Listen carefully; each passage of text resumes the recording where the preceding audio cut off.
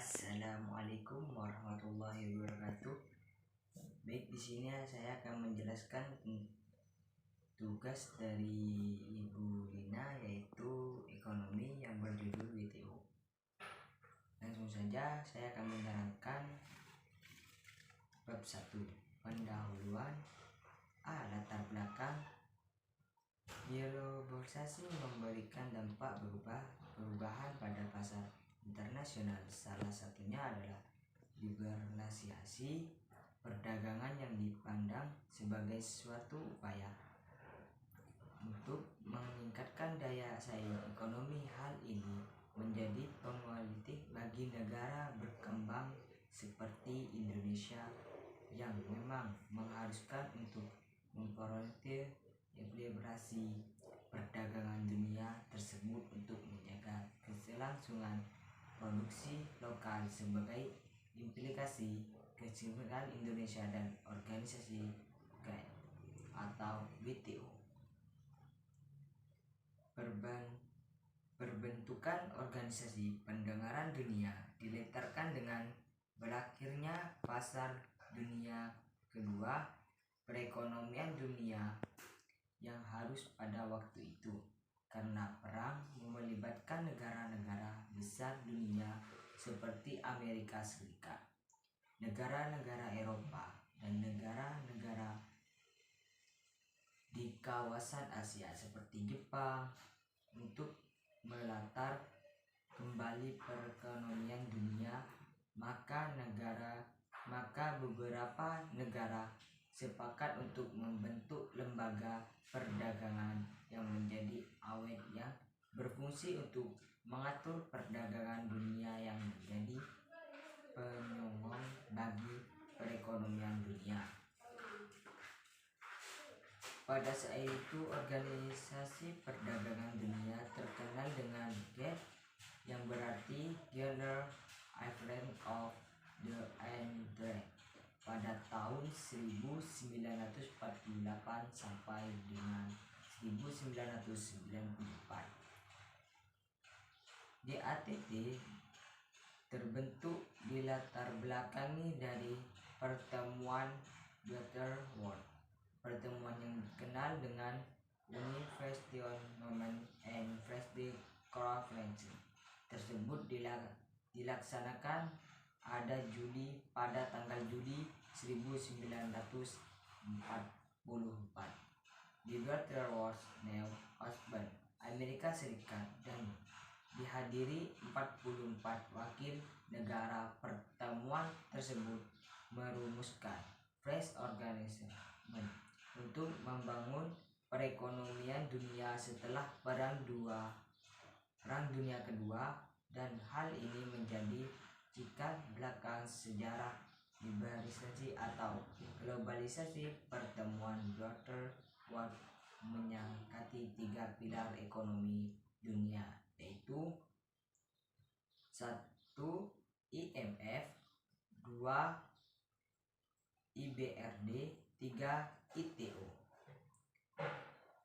IMF yaitu International Monetary Fund yang dikirim tahun 1946, sedangkan IBRD International Bank of Reconstruction and Development selanjutnya menjadi World Bank yang dikirimkan tahun 1945.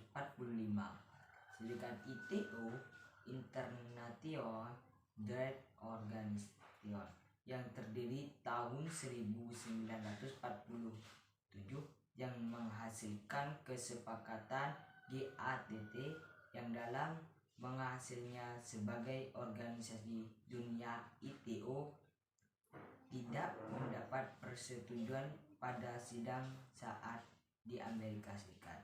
Situasi ini berlaku cukup lama, dan di lain pihak organisasi perdagangan ini harus berjalan.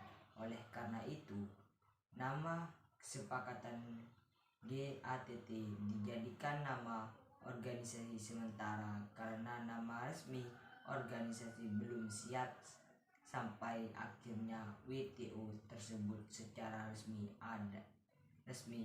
ada tahun 1995.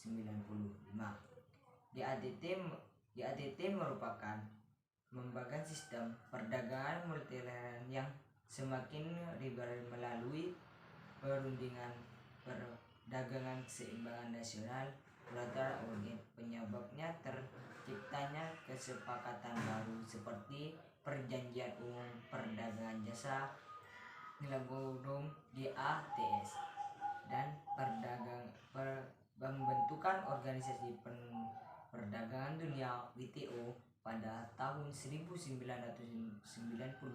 Berikut ini di depan perundingan yang dilakukan sejak GATT disepakati di mengalih sementara Organisasi Perdagangan Multilateral WTO berjalan berdasarkan serangkaian perjanjian yang dinegosiasi dan disepakati oleh sejumlah dasar negara di dunia yang diratifikasi melalui parlemen. Tujuan dari perjanjian-perjanjian WTO adalah untuk membentuk produser barang dan jasa, efisiensi dan informatif, dan melakukan kegiatan perkembangan liberalisasi tidak berjalan dengan mulus.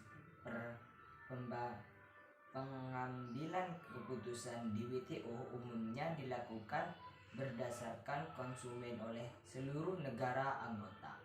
Kesepakatan yang diambil harus disetujui oleh setiap negara anggota.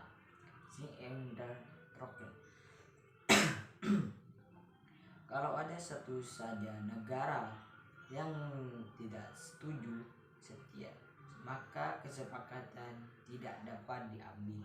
Keadaan ini yang menjadikan setiap putaran tingkatan tinggi dan dilakukan oleh Bancroft Din setiap 2 tahun yang ada dihadirkan oleh setiap menteri perdagangan negara anggota mengalami penghambatan strike dimulai sejak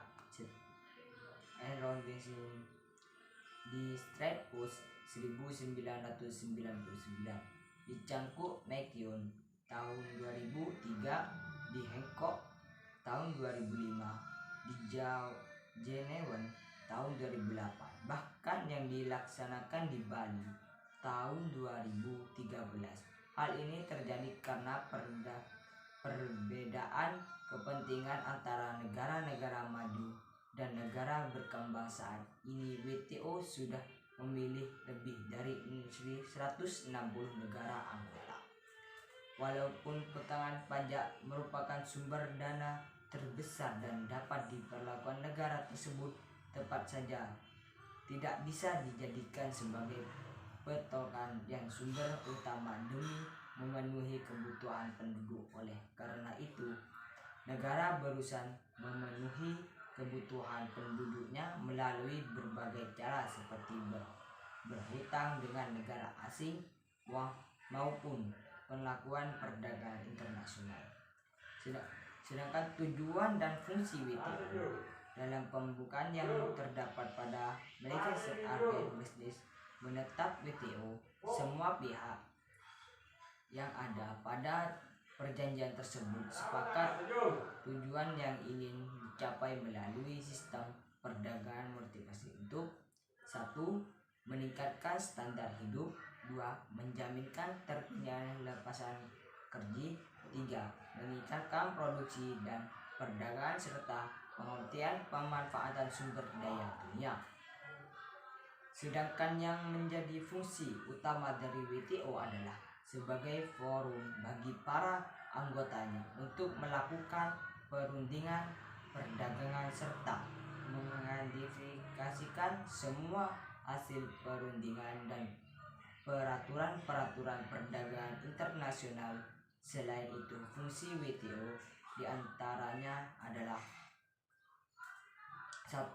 Mengatur perjanjian antara negara dalam perdagangan, 2. Mendorong arus perdagangan antara negara dengan mengurangi dan menghapus berbagai hambatan yang dapat mengganggu kelancaran arus perdagangan barang dan jasa.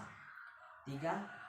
memfasilitasi perundingan dengan menyediakan forum negosiasi yang lebih permanen. 4. Untuk menyelesaikan sengketa mengikat hubungan dengan sering menimbulkan konflik kepentingan. 5. Menyelesaikan sengketa dagang. 6. Sebagai forum nasional perdagangan. 7. Memodifikasi kebijakan perdagangan suatu negara. Dan cukup sekian presentasi dari saya. Wassalamualaikum warahmatullahi wabarakatuh.